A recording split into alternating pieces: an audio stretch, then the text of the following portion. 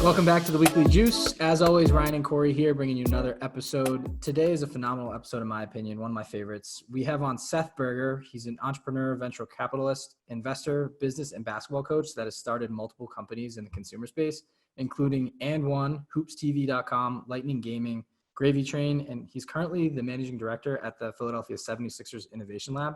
All around, just absolute stud. Yeah, he's one of he's probably my biggest mentor. I've known him for about 12 to 15 years now.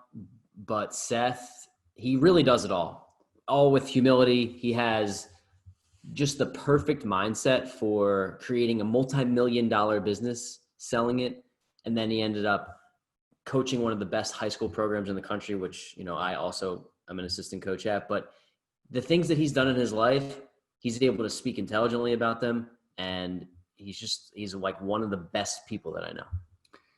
I couldn't agree more. Great person, huge basketball mind, but also just an insane business mind and willing to give back and coach. And I think that's the most important thing. It's like he's seen so much success, but isn't shy to give back and help lend a hand on other people. And he also talks a lot about time and how you should value your time, what you should spend your time doing during the day, at night, just how you should frame your life in order to do the things that he loves. He has two things that he talks about that he loves, and we'll get into it. And two things that are the reasons that he does anything. And then he creates lists. I just think it's a great episode for anyone who really wants to frame their mindset around achieving some of the goals that they have planned. 100%. So without further ado, let's bring Seth in and tune in today's episode. So Seth, thanks for joining us. Welcome to the Weekly Juice podcast officially. We're super stoked to have you. Thank you. Pleasure to be here. Despite the fact that Cory's on, it's still great. That's awesome. So just to give a little bit of background on you to the listeners, you are one of the founders of AND1 Basketball, HoopsTV.com, Lightning Gaming, Gravy Train, and now you're currently the managing director at the Philadelphia 76ers Innovation Lab. So very entrepreneurial minded, have a ton of accolades. But if you could just kind of walk us through, I guess, the background on, kind of how AND1 started and, how you got to where you are now. Sure. So I'm a city kid. I grew up in New York City, and I don't really think I ever knew what I wanted to do until I was doing it. And today it's similar. I love what I'm doing. I kind of happened to fall into it. Played sports growing up, played football and basketball. I still think I have a shot to be a backup point guard in the G League. Still got it. I'm nasty. So, somehow I'm 52 and still not one pro coach in either the NFL or the NBA has recognized it, but it is what it is. Went to college at the University of Pennsylvania, got an economics degree. I actually worked in politics for 2 years. I was legislative director to U.S. Rep. Harold Ford Sr. When I was 21 years old. I was the youngest legislative director on Capitol Hill. It was an amazing experience. And I thought I was going to make a life in politics, honestly, when I was a kid. My whole thing is I want to make a difference with my life and I want to have fun with my life. Those two things kind of are the guiding principles that drive me every day. I'm either having fun or making a difference. If I can put both of them together, great. So for me at that point, politics was it. I went down to Capitol Hill at 21 thinking all Democrats are good people, all Republicans are bad people. And after a few weeks, I was like, holy shit, most of these people down here are bad people. So I'm not going to spend my life in politics. My boss was awesome, and I learned a ton from him that gave me lessons that applied to business. When I was 23, I got accepted to the Wharton Business School, which was shocking, quite frankly. I was a decent student, not a great student in college. I was a good test taker. But I think I got accepted because I had a different story. I came from politics and wanted to make a difference. My application talked about wanting to be mayor of New York City one day, go back home and help change the city. When I was in grad school, I pretty quickly realized that if I graduated with tens of thousands of dollars of student loans and got out in public policy and management making $12,000 to $14,000, it'd be a slow road to eventually being bankrupt. And I then quickly decided that God had destined my path as an investment banker. And I decided that, God really chose me to be an investment banker. And that's what I was going to do. It's probably my fourth or fifth day at Wharton. Problem with that was I'm not very good in school. So they really care what your grades are as an investment banker. I didn't have great grades. I hate wearing a suit and tie. I'm not really good at being full of shit in meetings. And I'd rather spend my time talking about basketball, kids, and politics than I would about money. So I had a really short, painful career as an investment banker. Actually, the summer between my first and second year in grad school, I did a free internship at an investment bank in DC. Cost me $3,500 on my visa. I did not get an offer to come back because I sucked. Conversation at the end of the summer was, "Hey, Seth, thanks for coming. Hey, Linda, thanks for having me. Best of luck. Best of luck. Peace out." And so I went back to school, and I actually found myself by hook or crook in the third round of again, investment banking jobs for public finance investment banks with Smith Barney and Goldman Sachs. And I had done a business plan when I was at school for a store called The Hoop. It was a research project. The idea was I was a basketball consumer at the time. I was 25. And there were millions of people like me who spent way too much money on sneakers and t-shirts and shorts and way too much time thinking about and playing the game, even if we're not professional athletes. And I wanted to make a business in basketball because I loved it. I figured if I waked up every day thinking about basketball, that happened to be thinking about basketball shorts and t-shirts and sneakers instead of X's and O's, then it would still be a great life.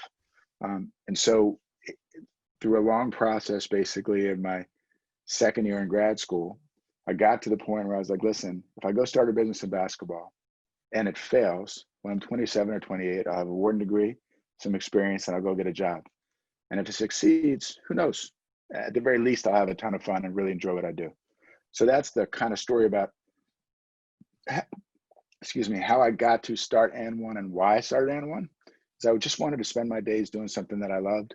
And money was way secondary to the decision to pursue that. The first 6 years of AND1 were unbelievable. We had a hockey stick. It just went straight up. When we made mistakes, we got lucky.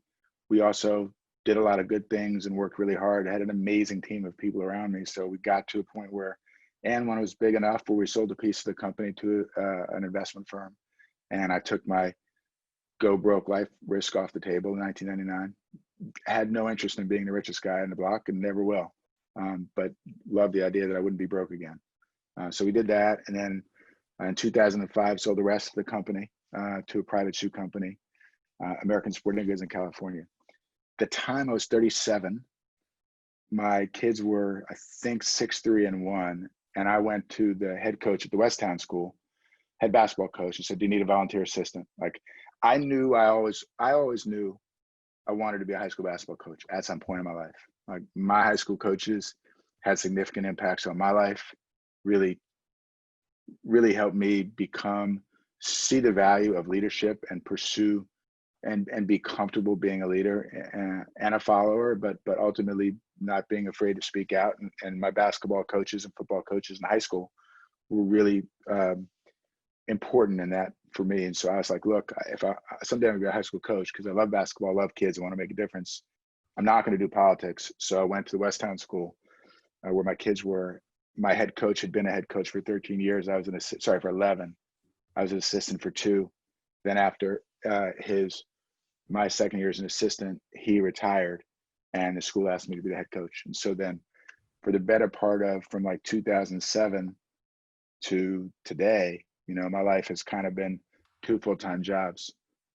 For a while it was be a high school basketball coach, spend hours upon hours upon hours trying to learn as much as I could, be as detailed as I could in what I taught the kids. And the second full-time job was raise my kids. And we basically adopted another family of 5 other boys. And so I had 8 kids to raise over the better part of that 10-year period. So for 9 years, from 07 to 16, I did some businesses part-time. And then in 2016, Scott O'Neill, who's the CEO of Harris Pitcher Sports Entertainment, super close friend of mine since 1994. We were actually at my first trade show. I was wearing t-shirt and shorts, selling t-shirts, and he was wearing suit and tie, selling sponsorships for the Nets. So Scotty and I have been boys. It's literally my first trade show. Wow. And he asked me if I wanted to to run the Seths Innovation Lab, which is something he was starting. And it seemed like an amazing opportunity to basically, just like on the basketball court, coach young entrepreneurs, young people, men and women, trying to be the best that they can be. Just happens to be in business as opposed to basketball. And I think it's the same process about identifying talented people, recruiting them, and helping them to see, hey, if we're a really good option for them, great. If not, maybe their recruiting process, they should go somewhere else. Just like if a basketball player or an entrepreneur should take a check from someone else or go to a different school.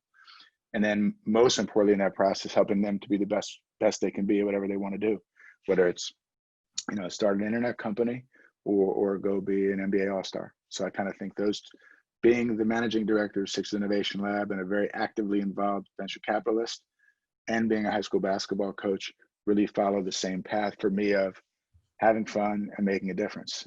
And so those worlds have kind of come together, which is great.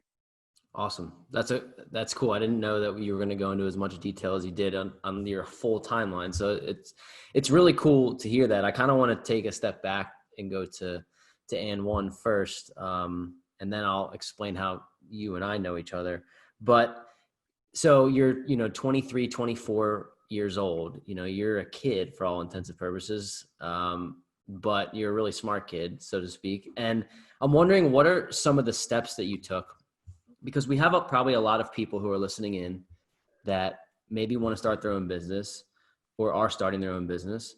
It may not be a multi-million-dollar business at one point, but it might. What are some of the steps that you took when you were 23, 24 that you think helped your business become successful? Yeah, it's a great question. The first is education. Is I was, like I said, economics undergrad, but really had no business skills. I worked in politics. So it doesn't mean that you have to get an MBA, but I took accounting, I took finance, and I got educated enough that I could at least be aware of those areas. I also took a management class, which helped me understand the type of manager I wanted to be, and a marketing class. So first is, hey, if you know nothing about business, I don't think you can say, I'm going to just go into business and by sheer talent, go make it happen. I was listening to one of your podcasts when you had the 26-year-old kid who, Robert Leonard.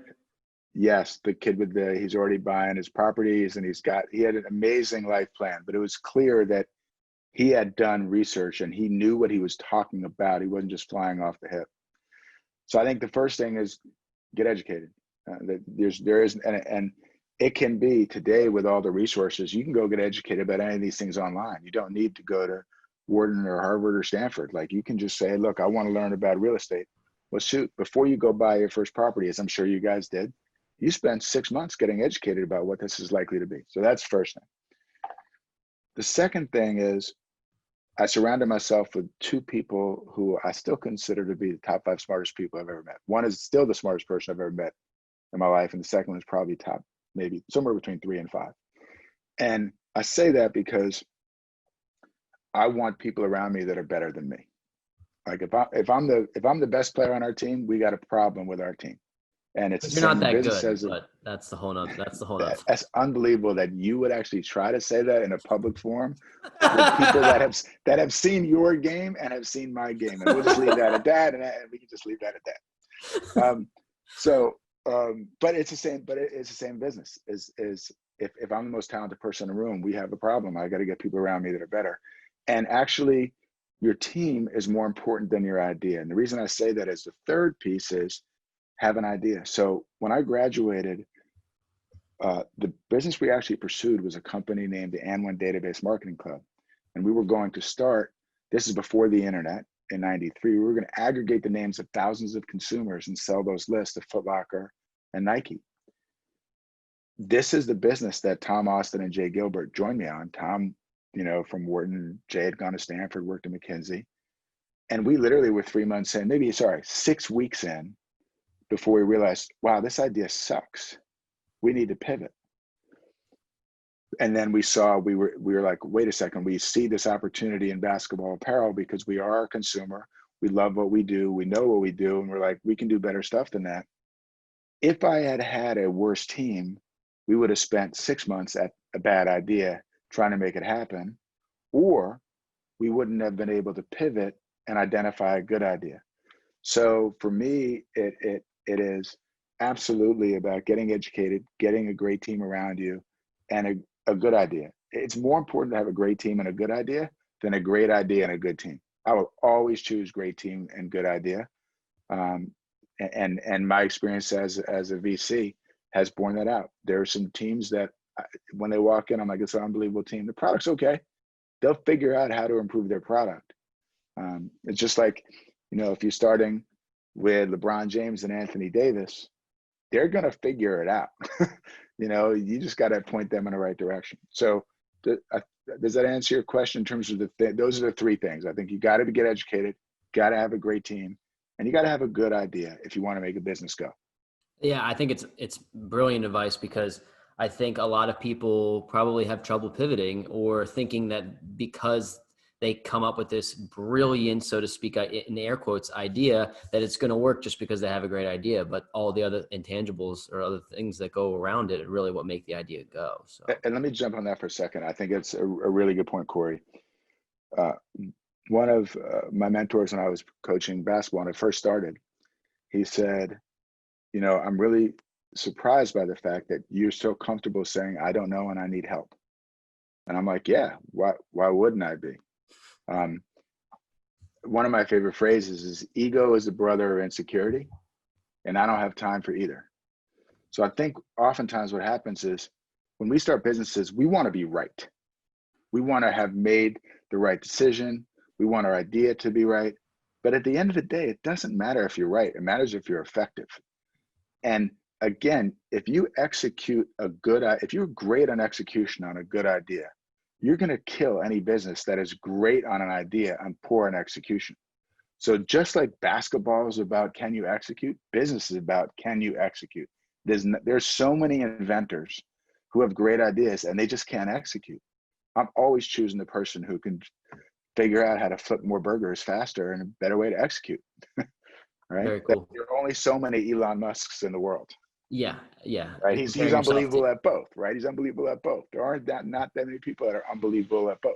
Right. Exactly. You had a question, Ryan? Yeah. So I just think it's incredible how it started out as almost a school project, right? And then you formed into this multi-million-dollar business. Can you talk about how you guys funded the business and then essentially like how it took off? I believe it started with like just screen printing t-shirts and then elevated from there. Sure.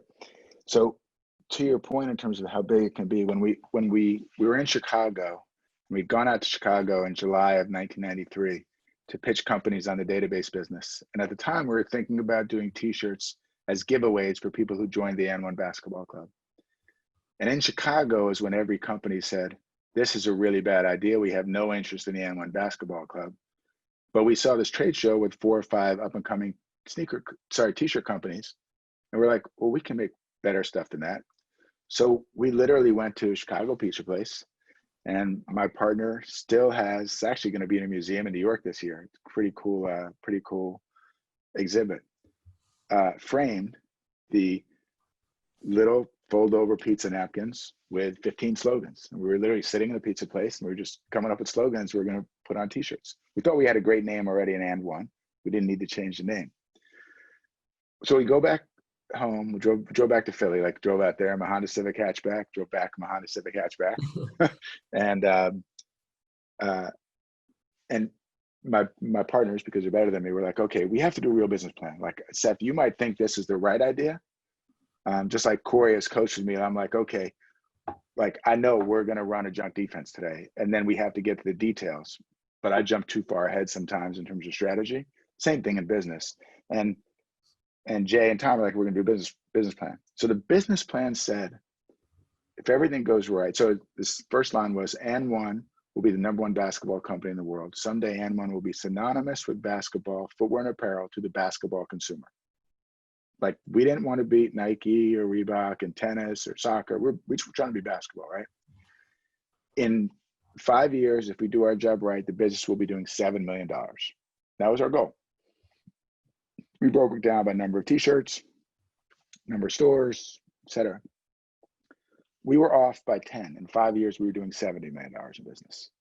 So we completely exceeded any expectations we had, right? And we were way more successful than we thought we'd be. In terms of literally the day-to-day, we used to come up with our own slogans. We used to take pictures of ourselves on Polaroids, acting out the t-shirts. We used to bring those Polaroids to a comic artist here in Philly. He would draw sketches, fax them back to us. We'd call him on a landline, give him feedback on the designs, get a final design, drive it to the screen printer, and Pro Printing up in Clifton, or I think right by Lansdowne. We'd drive it to our screen printer. They'd screen print the designs. We would drive the t-shirts to stores, hold the t-shirts up, say, do you want to buy these t-shirts? And that was literally how I started. And we literally, so in Lansdowne, I remember my boy Nate Scott, we had played sprint football together. We were co-captains in college.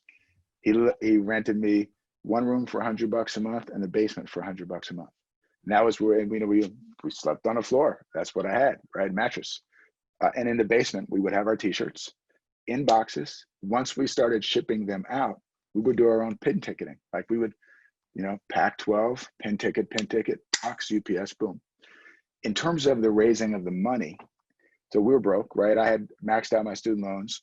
My partner Jay had probably I think it was $14,000 from that he'd saved up when he was working, and Tommy was broke. Tommy just graduated from undergrad.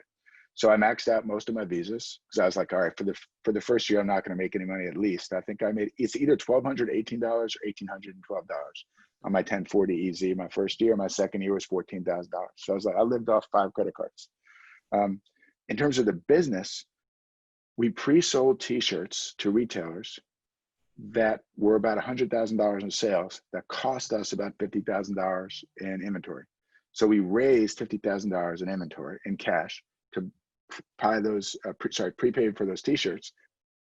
No one was giving us credit. And then what happens once we started selling, we started basically financing the front end and the back end. So we raised $50,000 when we were doing zero. We did not raise another penny until we were doing $100 million in business. And in today's world, a lot of times when I'm counseling entrepreneurs, I'm like, wait, why are you raising money now? Like, don't get me wrong, I'd like to invest, but you probably don't need to raise money. Or if you think you need to raise 2 million, maybe you could raise $500,000. What we did is, in the retail game, we would get a purchase order from Foot Locker. We would take that purchase order and bring it to a bank. We would assign that purchase order to the bank. The bank would loan us the money at 28.5% interest rate. Okay, but listen, 28% sounds like a lot, but if your equity is growing by thousands every year, it doesn't make a difference. Okay, yep. I'm happy to do that trade, right? We would take that money, we would prepay the factory. Then as soon as the factory shipped us his goods, we would ship it to Foot Locker. We would invoice Foot Locker. We would then factor the receivables, meaning another bank would advance us money on what Foot Locker owed us. And we just keep rolling it till we were doing $100 million in business. And at that point, a VC in our sneaker factory wanted to invest, and we said, sure. We were cash flow positive. We didn't need the money. So when people talk about raising money, one of the mistakes that I'll hear entrepreneurs say is this. Entrepreneurs say, if I just have some money, I can make my business go. And my thing is, oh no. If you can make your business go, you will always get money. So like, if you think about it from the real estate side, right? If you're generating positive cash flow and you can get 2 or 3 properties and you're generating positive cash flow, you're going to come to a point where you can be your own financing, right? And you just grow and grow and grow and grow. It's the same thing in business. Like if I've got a product that is selling, like let's say you have a sports betting app and you have 50 customers and those customers are betting and your business is generating $500 a week in revenue. Great, now he's got to figure out how to grow that. That's a whole lot better than I have an idea, I need money, I'm gonna go make it happen. Yep. So that's a long-winded answer, Ryan, to say, I think that entrepreneurs should be guarding their equity like it's their blood, because that's why we're entrepreneurs to begin with, right? Once you sell a piece of your equity, it pretty much guarantees someday you're gonna sell your business. You will have to sell or go public, or you shouldn't be taking investors' money. And if you take an investor's money, you better make damn sure first that you haven't figured out how to get what you want without that money. Which sounds crazy coming from a guy who's a professional investor. Well, no, well, it's a different level, right? But I mean, think that that's really, really good advice because I think people think I got this idea, then I got to go get money. Where I love reverse engineering it for me, where I'm going to get a property. I thought I was going to move at a certain pace. It turns out I'm moving faster than I thought I was going to go, but I'll be able to fund my next deal and my next deal and my next deal even faster and faster and faster just by doing it in our own partnership. So I think it's a slow grind, but it's still a potential way to reflect it back to real estate. And But you also reach a critical mass. Like, and I think it's the same in business. Like I assume in real estate, once you get to X number of properties, it gets really easy to get to 10X number of properties, right? You completely. have lenders that trust you. You have tenants that you've already figured out where your arbitrages are in terms of the buy sell, right? So there must be a critical point where like boom. But same thing in like t-shirts. We started out in 10 Foot Lockers. It sold really well. That was in February of '94. It went to 500. By July, we were in 1,500 Foot Lockers nationwide. We knew once we were in 1,500 Foot Lockers, it was a matter of time before we were going to be in 5,000 retailers around the country and Foot Action and Champs and all that kind of stuff. It just hit a critical point a tipping point when it just goes. So first off, that's incredible. So thanks for sharing. I'd say when people think of AND1, and I don't know if it's just me being in that era, but I think a lot of people think of the AND1 mixtape and how that's, you want it to be known in the basketball world. And I think that's kind of what is portrayed or thought of when you think back, not specifically just the t-shirts and everything. Can you kind of talk about how your business parlayed into that? And, it went from t-shirts to the mixtape and kind of like how you guys saw that growth and helped kind of take it off the ground. Sure. They're actually, not to steal their thunder, but I think there's a Netflix documentary coming out on the AND1 mixtape tour. I think this November, because we did filming for it last February. It was sometime around the playoffs. That's why I remember it was in February. Yeah. So the AND1 mixtape tour to me is a great example of not having to have authorship of your own ideas. Not having to have authorship of your ideas and being able to execute. It wasn't our idea. So we at the time, so when we sold AND1 in 2005, we had 103 NBA ball players wearing our shoes. The time when we did the mixtape tour was in somewhere between 98 and 99. We were in the process of signing Spreewell. We probably had 30 guys in the league. We were strictly a performance brand. We had done a sponsorship with a Rucker in New York. And for that sponsorship, we gave them t-shirts and shorts and got to film the games. Well, this one All-Star game had Rafer Alston, let's get to Malou, Conrad McRae passed away, Ali Mo passed away, Kareem Reed, who ended up playing at Arkansas, the Predator. It had just half man, half amazing. The main event, I could probably go on. I think that's 6 or 7 guys. It was just an amazing game, and we had it on film. So fast forward a couple years later, we're filming a TV commercial. Miles Simon, Rafe LaFrance, Darrell Armstrong are in the gym, and we've got them set up with a TV with the kid from the ad agency so that they can watch, ESPN or whatever it is in between the breaks. And they keep wanting to watch this tape over and over. And I'm like, why are you guys watching this tape? They're like, that's unbelievable basketball. Like a lot of dudes haven't seen this type of basketball. I'm like, really? Rafe Ross is pretty unbelievable to watch, but like the rest was just like basketball.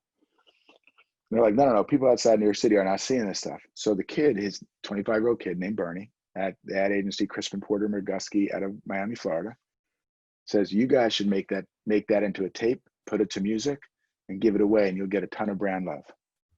My partners and I, we had a long meeting. We're like, I don't know, man. I don't know where this is going to take our brand. To your point, Ryan, like that's what people ended up knowing us for. Like, I want our brand to be known for Stephon Marbury, Darrell Armstrong, Latrell Sprewell, NBA players, right? And high school guys. Like me, I didn't really care about college. It was NBA and high school. That's where we wanted to live. And they're like, look, there's no reason you shouldn't stop this process from happening. If the consumer is going to appreciate this love, then you should just send out the love. So we literally dropped 50,000 tapes at a Foot Action on a Friday. By Sunday, the tapes were all gone. All you had to do was try on a pair of shoes to get a free tape. Fastest single promotion Foot Action ever had in their history. And so then from there, it just kind of spun on its own. The players held the game. Then we had an event operator come to us, said, I can make this into a 30-city tour. TV production company came to us and said, I can make a TV show out of this. Activision came to us so we can make a video game out of it. The most amazing thing to me was somewhere between 2003 and 2004. A guy named Ron Skatarczak. Do you know Ronnie, Cory? Philly guy, went to Nova, really good ball player. I'm not sure if I do. Works for the Knicks, worked for them for a long time. So he and Scotty and I did hoopstv.com together. But before that, or after that, he was running the mixtape tour for me. So Ron sips this little deck to me, and it says, Street Ball, which is the ESPN TV show about the mixtape tour, is the #1 rated show on ESPN among male teams. And I looked at it and I'm like, wait, you mean #1 after SportsCenter, right? And he said, no, Street Ball is the AND1 mixtape tour is the name of the show. It's the #1 rated male show among male teams on ESPN in the United States. In terms of where it took our brand, right? That's what we got known for to a lot of kids. I'm not sure. So it's interesting. Our business was on the way up, and it kind of hit a wall when we did the mixtape tour. Then it went down, then it went back up. And I'm not sure that the mixtape tour didn't hurt our brand in terms of NBA performance image and didn't help our brand in terms of expanding the audience. One of the coolest things about the mixtape tour was there were somewhere between 12 and 20 guys who now got a chance to be professional basketball players in the US getting paid by AND1 that they weren't going to have that opportunity if we didn't exist. And so for some of these guys, they got to extend their career by a few years. And some guys have have made a real name for themselves. Like the Professor has built a really great career off this. So that was one of the best things about it, was seeing fans love being at live events and seeing fans love the mixtape tour and seeing the players have an opportunity. Awesome. It's clear that with this business, you've put yourself, once you sold it, you put yourself in a position where people knew you as somebody who could do something like this. You've proven yourself. So then you fast forward to, we'll go back to Westtown, but the Sixers Innovation Lab, because I think this ties right in. So now at a almost full-time basis, right? Part-time to full-time. Full-time. No, full-time. Okay. So as a full-time basis, you now help other businesses get off the ground, startups. I don't know exactly all that you do. So I'm curious, you're the managing director of the Philadelphia 76ers Innovation Lab currently. Just talk a little bit about your expertise and what you do for startups. Yeah. You said, once you have succeeded, it gets, I'm interpreting what you said is once you succeeded, it gets easier. I actually would challenge that. So, we sold our business in 2007. I did a few businesses before I started the lab in 2016. I think the only reason Scott O'Neil called me to run it was because we knew each other really well, despite the fact that I hadn't done anything for the better part of 10 years. I'd done a few things here and there.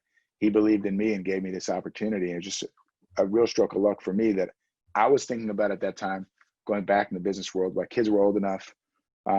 Basketball wasn't taking 8 hours a day. It was taking 3 or 4 hours a day at that point. So I was actually going to go buy a business when Scott called me. He was like, why don't you, and do what I knew, be an entrepreneur. And he said, why don't you do this? And I was like, wow, that sounds like way more fun because I get to mentor and coach all these entrepreneurs. So it took a little bit of time. We put a structure together where I raised a small venture capital fund. And in terms of having to prove yourself, it wasn't easy to go raise the money. A lot of guys, investors were like, well, you haven't done anything for a while and you've never done this. So people are like, oh, it's going to be super easy for you to raise the money. I'm like, no, actually it's hard. People are going to be like, you've never been an investor. You've never been a venture capitalist. This seems to be like a risk to bet on me again, right? So it took us some time. We've had a great return on capital. So that's been awesome. And early, when entrepreneurs were coming, we were getting like B and C level deals. So we had to be really selective to make sure that we could find entrepreneurs that we really believed in, because they didn't want to come to the Sixth Innovation Lab and me. If anything, the Sixth Innovation Lab name and Josh Harris and David Blitzer and Scott O'Neil brought them in, but then they met me and they're like, well, you've never been a venture capitalist, so why would I be doing a deal with you instead of the guys out in San Francisco or the guys in New York or whatever it is, right? So we've had to now for the last 3 years really hopefully build a track record of helping our entrepreneurs to improve. So our return on capital is 5x already on paper over the last 3 years, which is fantastic. And we've developed, I think, a reputation which Cory will appreciate. Certainly in the Wharton business community, a bunch of our investments are with Wharton grads, of being constructively critical coaches. As an investor, I'm upfront right away. We do 6 to 8 deals a year, usually 6, because we want to overinvest the amount of time we put into our entrepreneurs. So it's not like a once a month check-in. It's more like a 3 times a week meeting about how can we help you on strategy, branding, marketing, sales, finance, when things are going up, when things are going down. I've run both of those situations. But if you as an entrepreneur don't want to be challenged, don't want to be critiqued, you just want to check and be left alone, then don't come see me because I'm not the right guy. Same thing like, Cory, in the basketball court. If we tell our players, hey, you got to put 1 foot on the 3-point line and 1 foot, the high school 3-point line and 1 foot on the college 3-point line, and that's how you're going to set up for a horn set. Yep. If those feet aren't exactly in the right place, we just don't go. We're like, we no, stop the drill. We stop Yeah. the drill. And some kids don't want to do that. They just want to be out here hooping. Well, my thing is you're not going to be the best player you can be if you don't pay attention to the details. And, success in the details, same thing in business. So that's how we got there. I love it. This is, I hope, my last career. Like the proof will be in the pudding in the next 3 years in terms of our exits. But being an actively involved venture capitalist is what I want to do till I can't think. And coach high school basketball is what I want to do till I can't think. So these two, like both full-time jobs are perfect for who I want to be, what I want to do.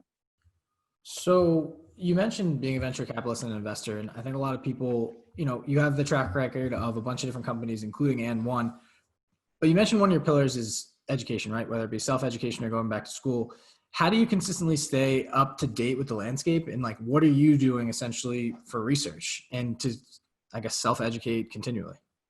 Yeah, I'm really bad at reading. All kidding aside, I suck at reading. I hate reading. I don't retain anything I read. Me either. So I'll do audiobooks. The audiobooks are mostly about process and improving myself as opposed to getting educated about a certain business. The education process about those businesses, that's what I rely on my entrepreneurs for. So if a company comes in esports, I'm going to spend time with them first getting educated, what they can tell me. Then afterwards, there's so many resources online, like Google is amazing. The idea that I can't learn anymore or can't get educated, it's completely out the window. So my partner, Ryan Truitt, she's my director of operations in the lab. She and I will spend hours getting educated about a business, a space that we don't know. And then go back and ask some more questions, right? So the continuous education for me is I'll do like 3 or 4 books a year. That's it. This summer was It Takes What It Takes by Trevor Moab. Good book. And if I do more than 3 or 4, I just won't remember anything. I literally won't, So it's like the guys I know who are like, oh, I read a book a week. I'm like, how the fuck do you read a book a week and remember anything that you read? I could barely, not happening. And so the other thing I'd say is this is in terms of education, in terms of business, in terms of understanding businesses, I think I think I'm in terms of my skill sets that are unique, I think I'm really good at identifying talented people. And I also think I'm really good at getting into the mind of someone else. And I think that comes from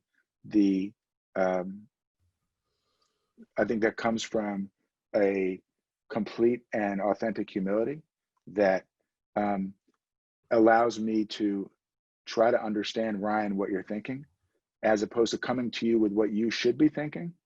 I'm going to try to understand what you're thinking and why. And it's the same process in business. If someone comes with a business idea, the first thing I ask them is, okay, what consumer are we serving? Let me learn about that consumer. Then I try to get in that consumer's mind, and then I try to pitch back what might be right or wrong with that business. But I think it starts with the ability to be like a blank slate. Like I'm just here to learn every day, try to get better every day, right? It's awesome. I think people that have been successful have a hard time doing exactly what you're talking about doing. And that may be a reason why they stop being successful. It's because they forget how to learn. So I think or think they know it all, right? So I think that's That's part of it. What's interesting and there are some guys that I know that have been amazingly successful, way more successful than I've been. I think it's really hard for some people who've had some level of success in one area to walk into a completely different area and say, I know nothing about this. I'm going to, like, let's say I'm a 52-year-old guy, right? And I walk into a restaurant. I don't know the first thing about owning a restaurant, right? And so if I walk in that, but I'm like, well, shit, I ran one really successful business and I've got a few other investments, if I start telling him how he should be running his restaurant, I'm just like wasting his time and mine. And yet, if I've been successful, then I want to believe, like my ego wants me to believe, hey, I know about this, this, and this, and this.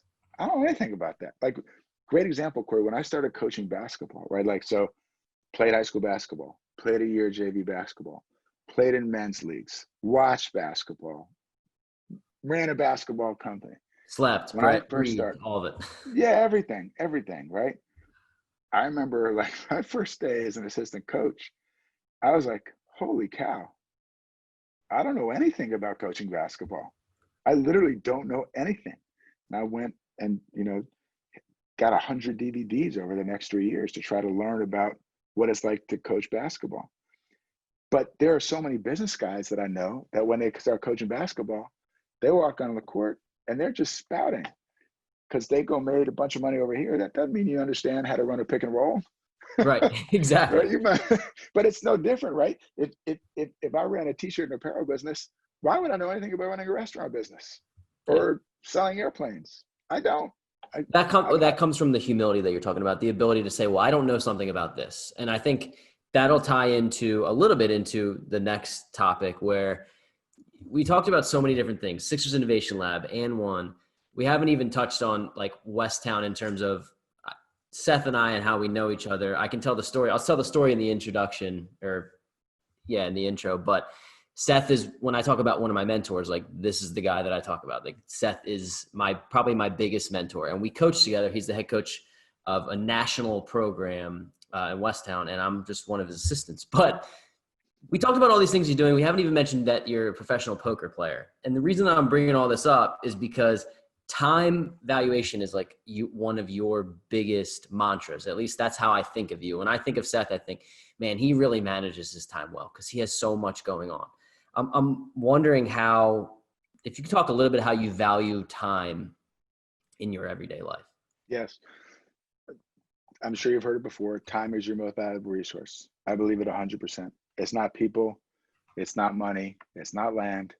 It's time. You can actually, if my wife kicks me out, she can go get another husband, right? If I fall over and die, my kids can get another mentor, right? It's not people and it's not money, right? Because money is something that gives you freedom or gives you power, but in and of itself, it has no value. You can always get more of either of those. You can never get more time. So for me, one of the things that, in fact, I have a kid who just went off to college basketball player, and I told him, hey, one of the most important things you can do is you have to have a schedule every single day from the time you're going to wake up, the time you go to bed. It could say from 5 to 7, I'm going to fuck around in my dorm room. And that's part of it. But if you get to 11 o'clock at night and you did not have a schedule for the day, you will have wasted time. And managing your schedule is not going through your email. So I keep a to-do list. And when I was running my own company, I used to create a to-do list on Friday, because once Monday comes, you're going, right? So I'd be, okay, Friday, around 4 o'clock, I'd step back and be like, what are the 5 things that I need to do next week? And if it was not in those top 5, it should be cut out. And if you're really good, it's in your top 3. Because what you find is when people have their to-do lists, the things between 6 and 20, they just stay on the list or they get done pretty poorly. The things from 1 to 5 get done really well. So if I can remove my brain space and the time that I spend thinking about the things I have to do, and I eliminate 6 to 20 and I just think about 1 to 5, damn, I'm gonna be really good at 1 to 5. So for me, my time is 1, I wanna help kids at Westtown. 2, I wanna help entrepreneurs in the Sixers Innovation Lab. 3, I want to spend time with my wife and kids. 4, I want to spend time playing poker. 5, I'd like to say I want to spend time exercising, but that's a lie. I do it like 2 or 3 times a week. I walk for 45 minutes. I feel like I did something. If it doesn't really fit in my West Town community, my Sixers community, my family, or poker, you just won't find spending time on it. Sort of the question about like, do you read books to get educated? I'll read books on it if I could be better at those things. But other than that, nope. And so I have my to-do list and I have my schedule. With technology today, it is so easy for kids to have a to-do list. Just open your phone, start a note, to-do list, limit it to 5. At the end of every week, change your to-do list, right? If you got 20 things in that to-do list, count how many times do you actually get to 6 to 20? You don't, right? And the other thing is, I'm really comfortable saying no. I struggled with this early when I was a VC, because I wanted to take as many meetings as I could to learn, even though if I might not invest. I'm really good at saying no. Like Cory and I, you and I know each other really well. I appreciate what you said. Anytime you ask me to do anything, my answer is going to be yes, because it's you. But if it's somebody else, and I'm like, if I can't make a difference or I can't have fun with that time, no. So there are a lot of times I'll get asked to do speaking for this. I'm like, well, it doesn't sound like fun, and it doesn't sound like the audience really needs me, so I'm not going to do it. And they'll be like, well, no, you don't like public speaking? Actually, no, I don't like public speaking, despite the fact I keep going on. I don't love hearing myself speak. I like to listen and learn. Yeah. So yeah, Scott O'Neill is one of my closest friends. He's one of my mentors. I've learned so much from him. And he has said that what he learned from me when he did hoopstv.com and has continued to talk about that I absolutely take an axe to anything that I do not consider to be totally crucial, because it just wastes time. And I just take an axe, and my answer is no, I'm not doing it. It's great. It's really good advice. And I kind of want to tie it into what you do at Westtown, because I know I'm saying a lot of good things about you, not that you need to hear them or anything, but one of the things that I admire the most about what you do is the X's and O's are great, because you're one of the best X's and O's coaches in terms of like position wise where players should go in the court. But when we have team meetings or we have meetings at the end of the year with talking about mentoring kids and getting the kids from a certain level to the next level, you talk oftentimes about their time. And I'm wondering how you tie the time valuation into mentoring kids. And specifically, we do something at the end of the year. We talk about how many hours are in a year. Can you talk about that exercise a little bit? Sure. My favorite song of all time is the Rent song, 525,600 minutes. I still get chills when I literally just got a chill as I said it. I remember the first time I heard it. I still cry sometimes. It's just an amazing song. And you think about that's how many minutes you have in a year. And what are you going to do with it? So for a basketball player, you can't be great at all things. So you have to pick what you're going to be great at, right?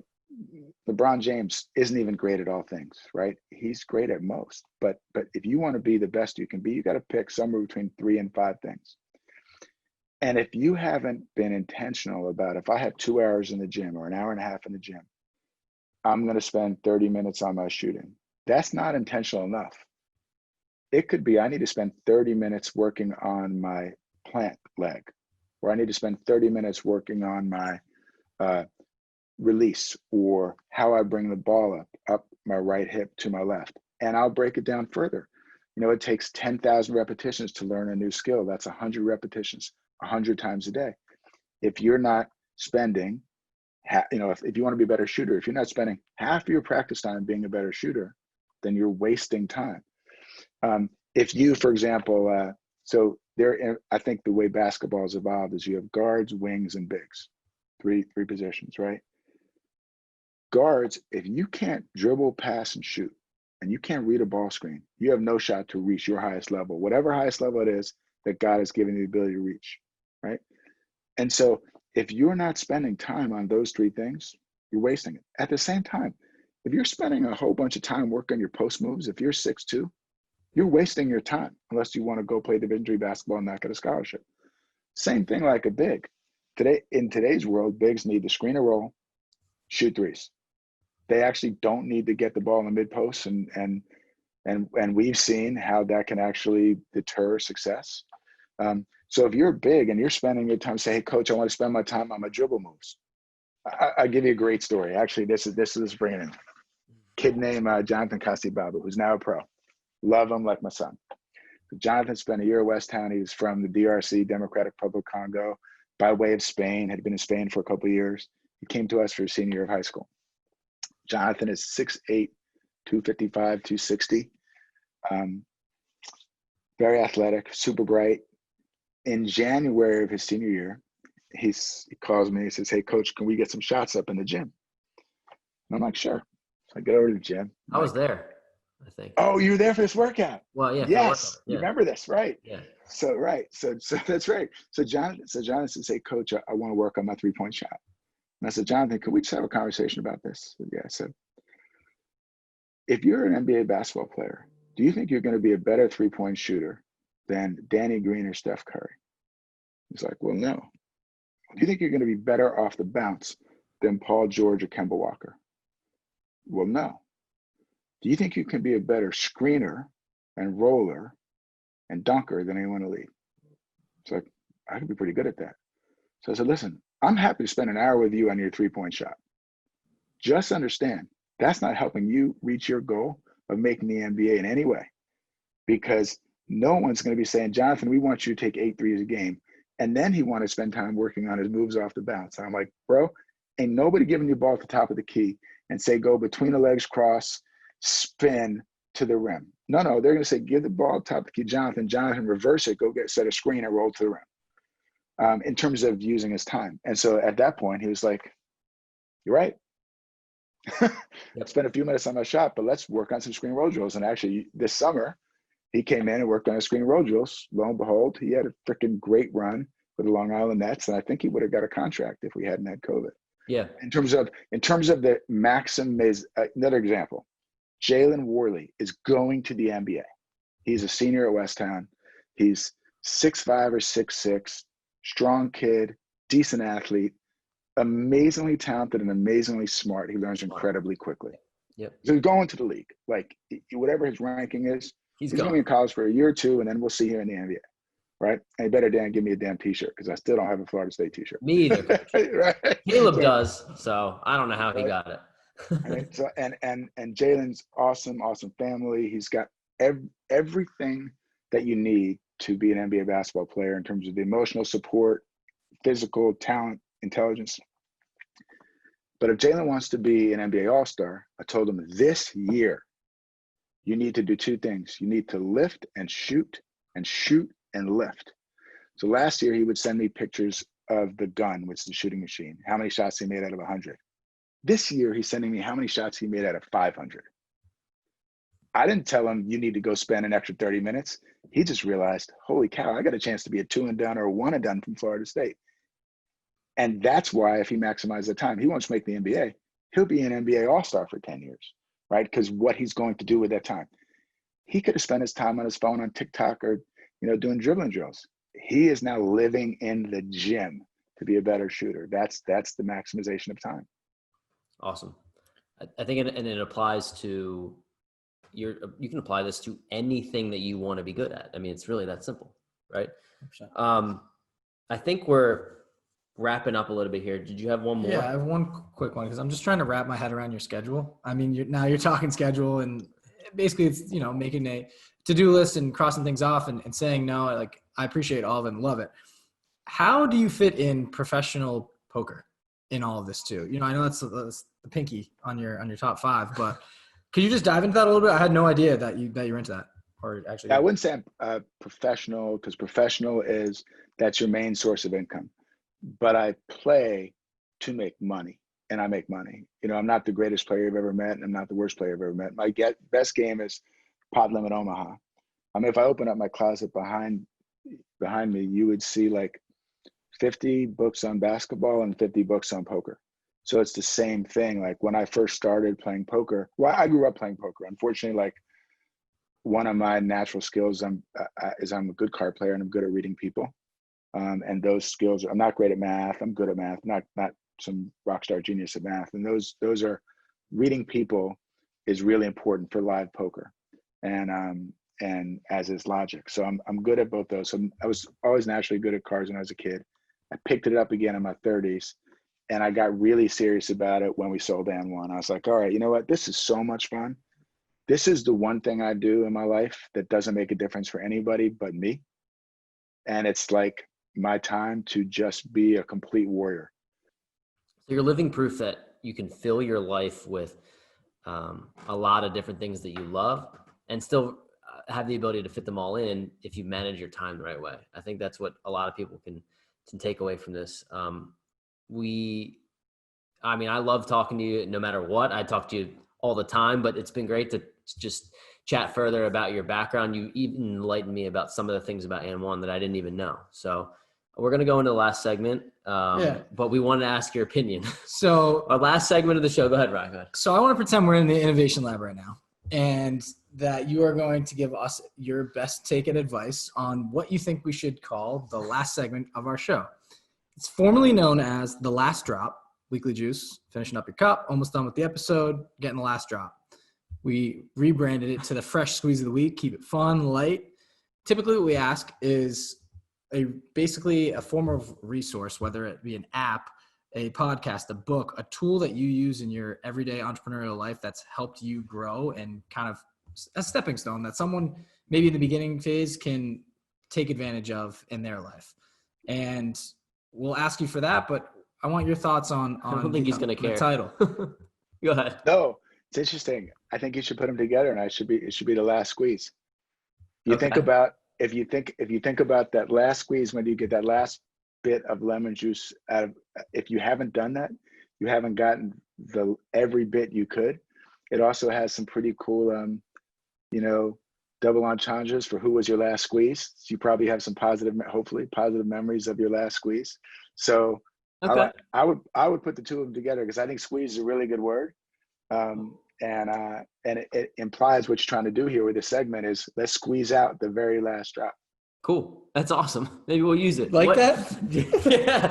What is, what would you, what's your last squeeze? Yeah. What's your last squeeze then and it can be business. It can be, mentoring, something that you do for mentoring. I kind of want to leave it open-ended for just a resource that our listeners can take away.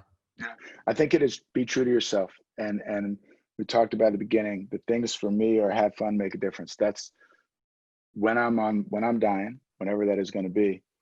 If I've accomplished those two goals, then I've led a life worth living for me. That doesn't mean that's right for someone else. For someone else, it might be, hey, I want to be a billionaire. If I'm not a billionaire, I haven't succeeded. Or I want to change the lives of thousands of kids. So I think if you can drop your ego and be true to yourself and be like, hey, this is who I want to be, what I want to do. And I won't judge anyone else when they're doing what they want to do, then you get to be true to yourself, pursue what you want to do, and maximize your time. At the end of the day, right? Like my pop died this year suddenly at 80 years old. He was 80, he wasn't 50. But man, 80 sure felt like it went fast. And I literally remember, when I was 12 years old in the summertime with my pops, and poof, he's gone.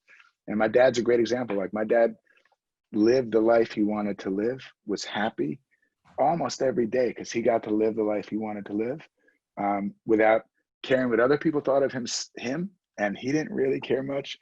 He didn't choose to judge other people. So for me, the thing is, be true to yourself, who you want to be. And if you do that, you maximize your time. Awesome. Love it. It's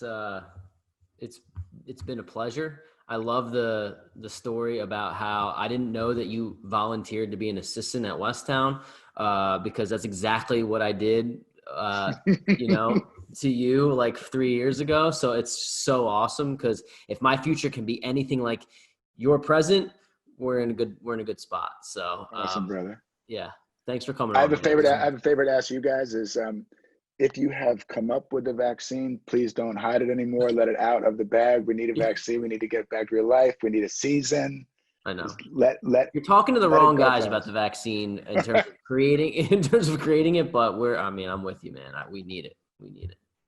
Awesome, fellas. Thank you so much for having me.